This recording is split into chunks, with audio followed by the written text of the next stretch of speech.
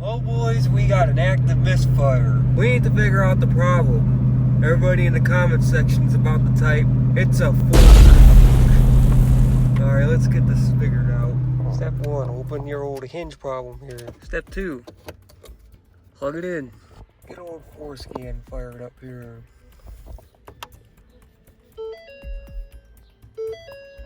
Cylinder 7.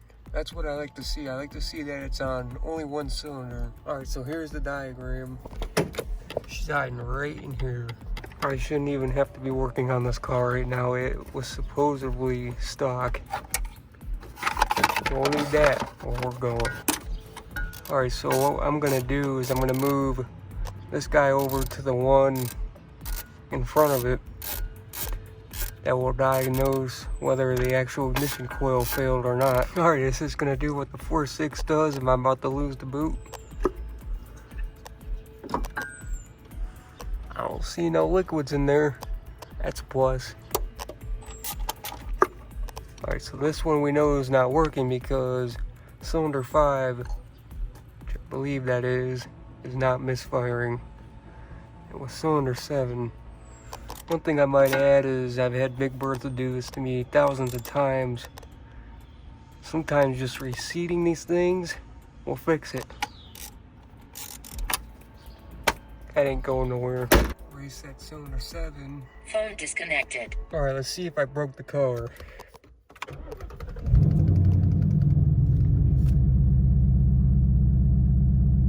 Oh, she feels like she's running on all 8.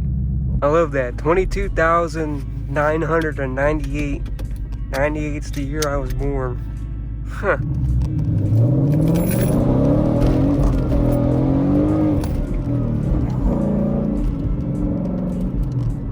Oh, it definitely is not misfiring. That was with traction control on. Oh my. Sometimes I wonder if this car is even stock. Like, I know it's got a cold air intake and exhaust, but what in the world? Or fully warmed up. Oh yeah. Now when it started doing it, when it initially started misfiring, I was just cruising like this. Let's see what happens. Kinda sounds like it's doing it in the exhaust, but honestly it might just be the way the exhaust sounds because of the resonant frequencies. But I was doing about 60, 65-ish, just cruising, you know, like cruise control on.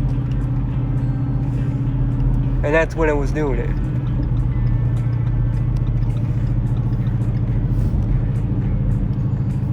And now it wants to do this. Run fun. Which it should, because this is a relatively new car when you look at the odometer. Even the history. Besides the fact that it was wrecked.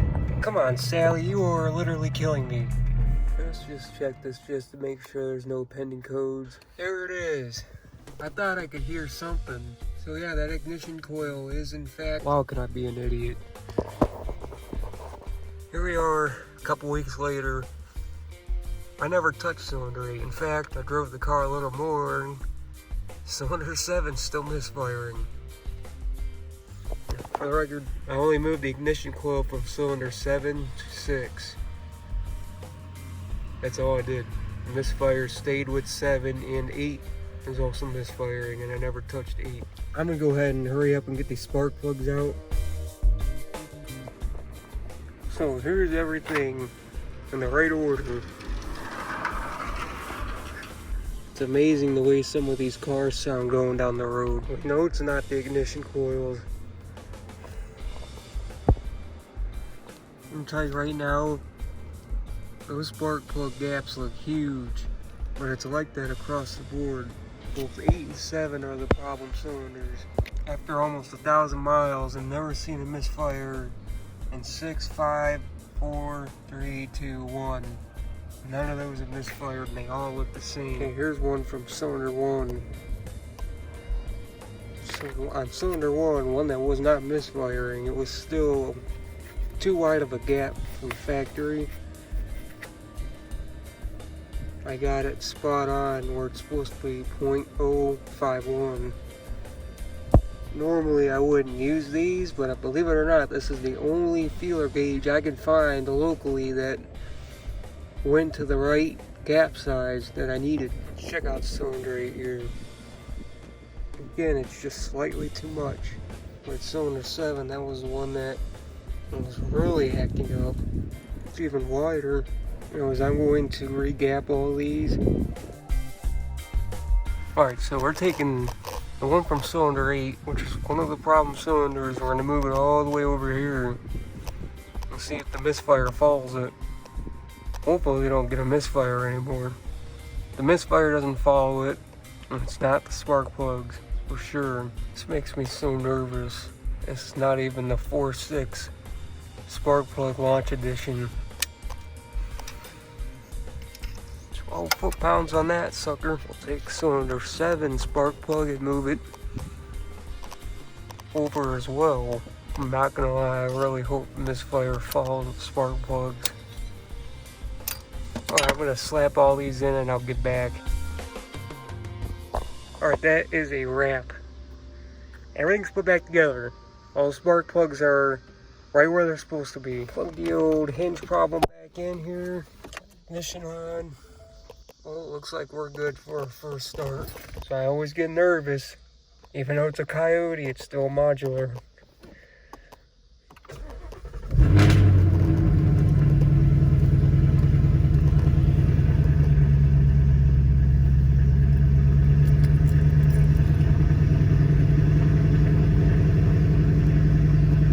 And it is still doing that weird surge thing it's been doing at startup. I'm not seeing anything on there. I'm not sure I remember how to do that. Anyways, I guess we'll take her on a spin. Alright, hold on a second. I don't notice anything, but to be honest with you, I didn't notice anything really before until we got on the highway and got to cruising. I'm just thankful that a spark plug hasn't shot out yet. I shouldn't say that.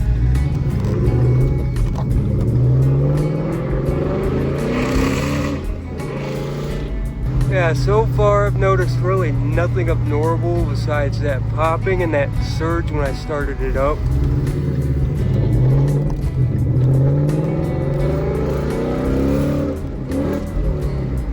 And that's why I call it the gear grinding device.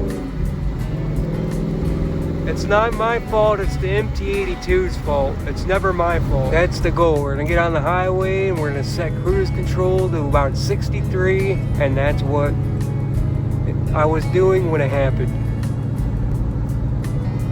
And it was happening so consistently as the car was warming up. These are basically the same conditions.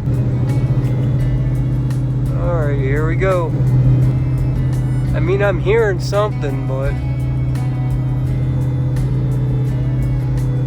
it's been doing this. There it is. There we go. We got an active misfire.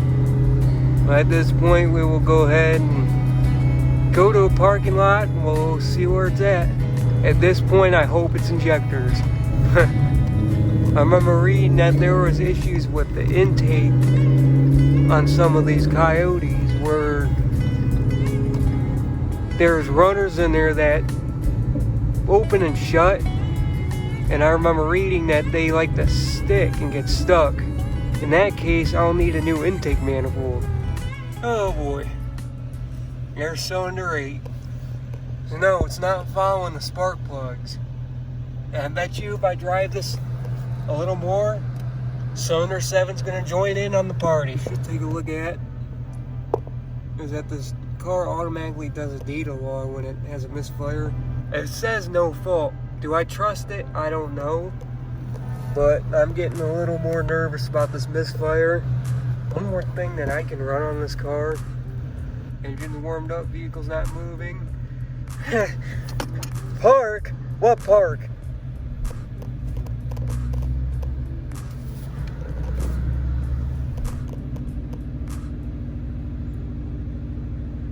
Well, it says if equipped it on the overdrive. Yeah, let me just throw it in 6th gear and dump the clutch right now. What it does is it holds RPMs up and it's monitoring everything.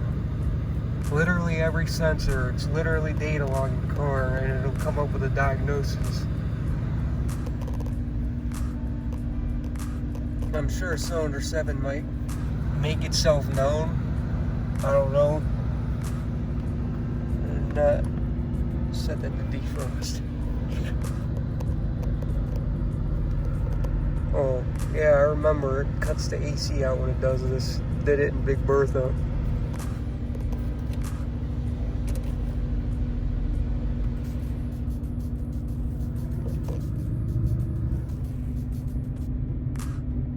I hear it misfiring.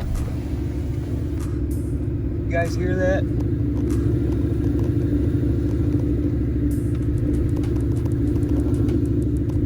You can hear it misfiring.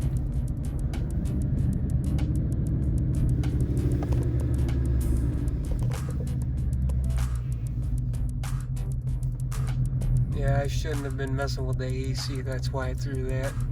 I'm just cylinder 8. But we verified. Every spark plug looked identical when I pulled it. Besides, a couple of them having a really wide gap. Well, I fixed all that. They're all gapped to 0.051 where they're supposed to be. I also, not only did that, I moved those 2 spark plugs to the 2 frontmost cylinders. Misfire did not follow spark plugs. So now we're looking at those intake runners, compression, or the fuel injectors. Oh boy. I did buy this car as is. I bought it knowing it was wrecked. It had no apparent engine issues at all. Now Sally's gonna turn into the new Brenda. Hopefully not.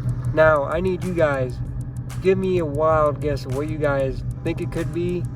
We are definitely going to diagnose this more. I don't know what else to say. I have no clue why it's misfiring. Other than those other 3 things I could check. I mean, it runs, besides that little misfire at that specific RPM, it runs perfect. It, under hard acceleration, it never misfires. So I don't know. I truthfully do not know.